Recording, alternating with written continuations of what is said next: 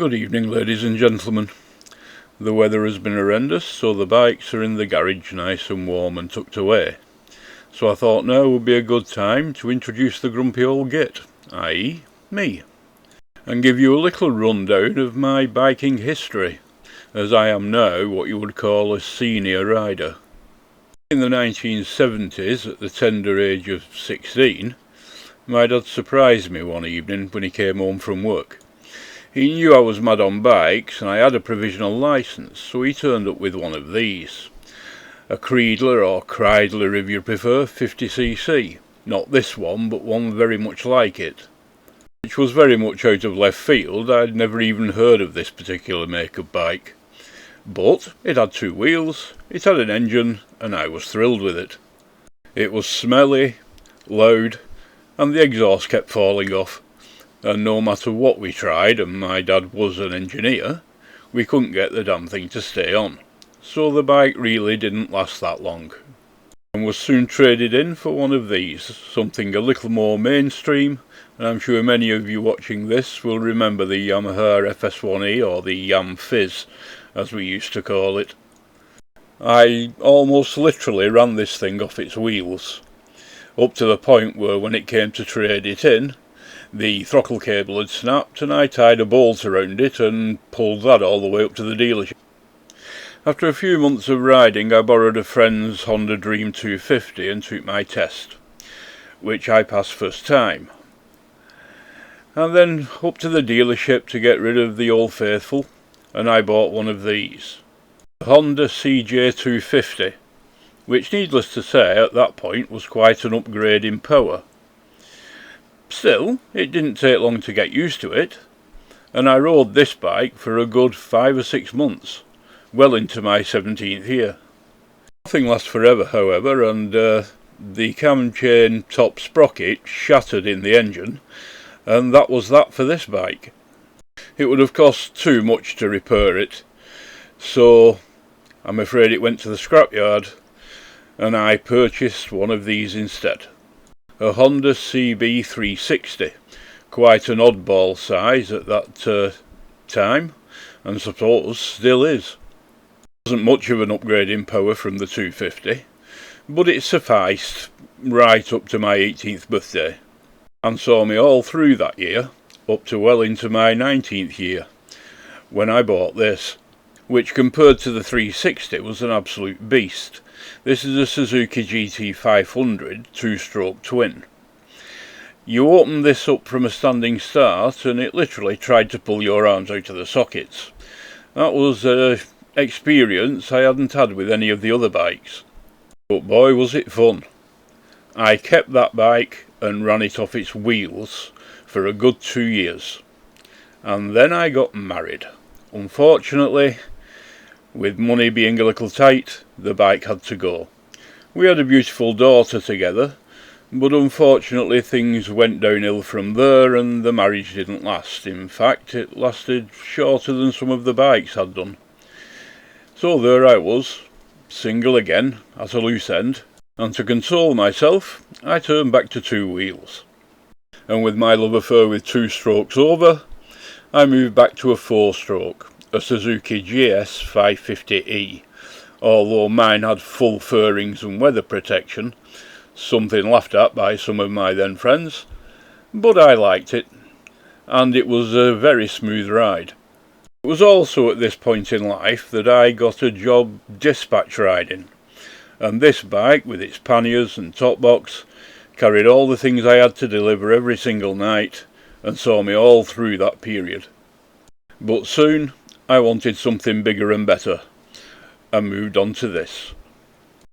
A Honda GL1000 Gullwing, the original Gullwing, no fairings, completely naked, and what a machine that was. Honda had knocked it out of the park with this bike, and they were way ahead of the curve at that point. When I see the monstrosity the Gullwing has now become, and built mainly for the American freeways I suppose, not much good around our roads in the UK, I look back on this bike with very, very fond memories. But as time moved on, so did I, and I got married for a second time, and you guessed it, the bike had to go. Although I did keep it as long as I could, and it eventually got sold in the second year of our marriage. We didn't have any more kids with this marriage, but it did last longer than any of the bikes. Beyond 6 years, in fact. I was comfortable on 4 wheels during this time, and when the marriage broke up, I didn't go back to 2. I just stayed on 4. And that was how it was for the next 4 or so decades. My daughter, by this point, had had 3 children of her own, 3 beautiful granddaughters for me, and she decided that she wanted to learn to ride a bike. My influence, I suppose, as even though I didn't have 2 wheels, I never stopped being a biker, wearing my leather with pride and moving in biker circles. In fact, some of my friends, my daughter grew up calling Uncle this or Uncle that. Sadly, most of them are no longer with us, although there are still 1 or 2 that are hanging around. So, we talked about it, decided it was a good idea. I wouldn't stand in her way. Why would I? So she bought herself one of these, a Chinese Keyway RKS 125. And honestly, it amazes me. I have no idea how the Chinese managed to get so little power out of a 125cc engine. The thing couldn't pull the skin off a rice pudding, but it's perfect for learning on for a brand new rider. On top of this, one of my granddaughters has been saying since she was 14 that she was going to get a motorbike. And she is also learning on this 125, which is a great thing, as I appear to be the one that's teaching them. And for what it's worth, everyone can blame the pair of them for what came next, because my granddaughter did say that, "Grandad, you should get another bike." And never one to disappoint my granddaughters, I did.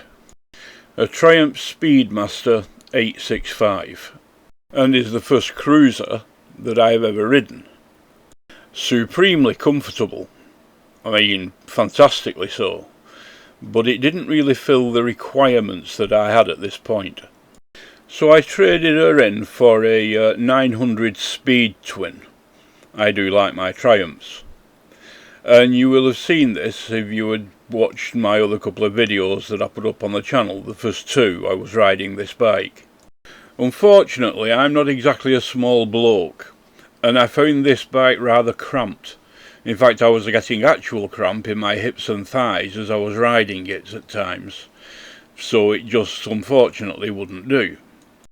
So along came the Triumph Bonneville T120, an absolutely fantastic bike, in fact the best bike I've ever ridden, past or present, and that is currently in my garage.